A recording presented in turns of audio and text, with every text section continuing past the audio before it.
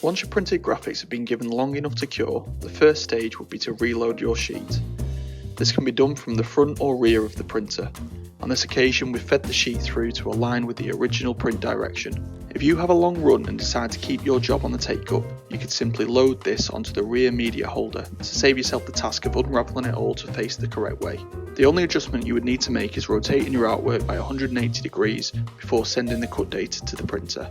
In either case, the process of loading your printed sheet is similar to loading a new roll. Use the clamp lever to lift and lower the pinch rollers when you need to either feed the sheet through the platen or hold your media in place. Once the two leading registration marks are visible, use the ridge of the platen as a guide by using your fingers to position the two marks in line with each other along the ridge.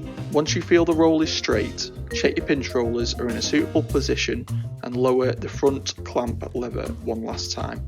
Set the sheet up as normal.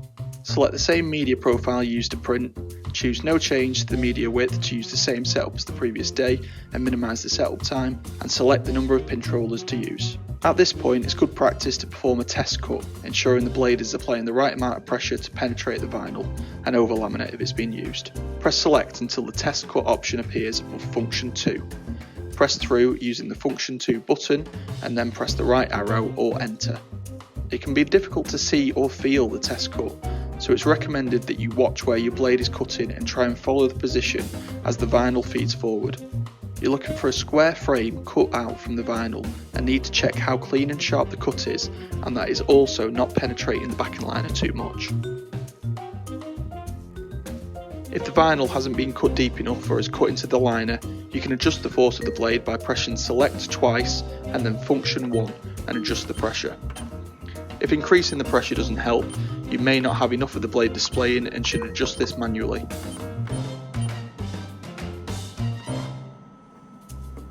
To adjust or replace the blade, loosen the locking nut and remove the blade holder from the carriage. The cap can be twisted clockwise to show more blade or anti-clockwise to retract the blade or take the holder out to replace the blade. It's important to find a good balance, and a good rule is to have enough blade showing that you can barely see it, but you can feel it by very gently running your finger over the hole in the blade holder. Top tip here is to make sure the C-clamp goes over the collar of the blade holder. If it doesn't, the cut will still perform, but it's likely to be uneven. Once the blade holder has been adjusted or replaced, simply rehouse it in the carriage and tighten the locking nut. From time to time, check your cutting strip. If you get any gouges in this because the blade has been set up incorrectly, it will impact the cut quality. If you ever need to perform a die cut for pop-out decals where the backing liner is cut through as well as the vinyl, the cutting strip will need to be replaced with a soft sponge strip.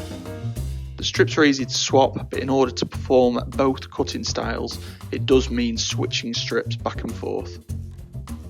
The next stage is finding and recognising your registration marks. While in local mode, press the end key once. This will bring out the cutting carriage with a red LED sensor. Using the arrow keys, position the red LED in the middle of the first registration mark and press enter.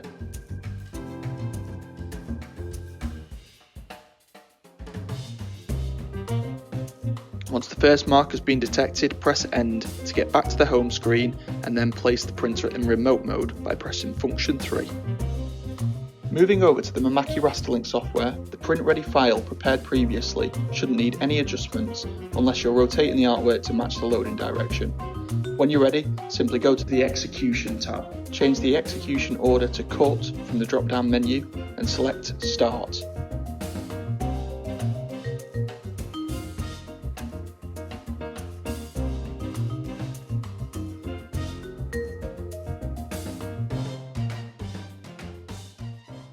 Once the process has been completed, the print and cut job is complete.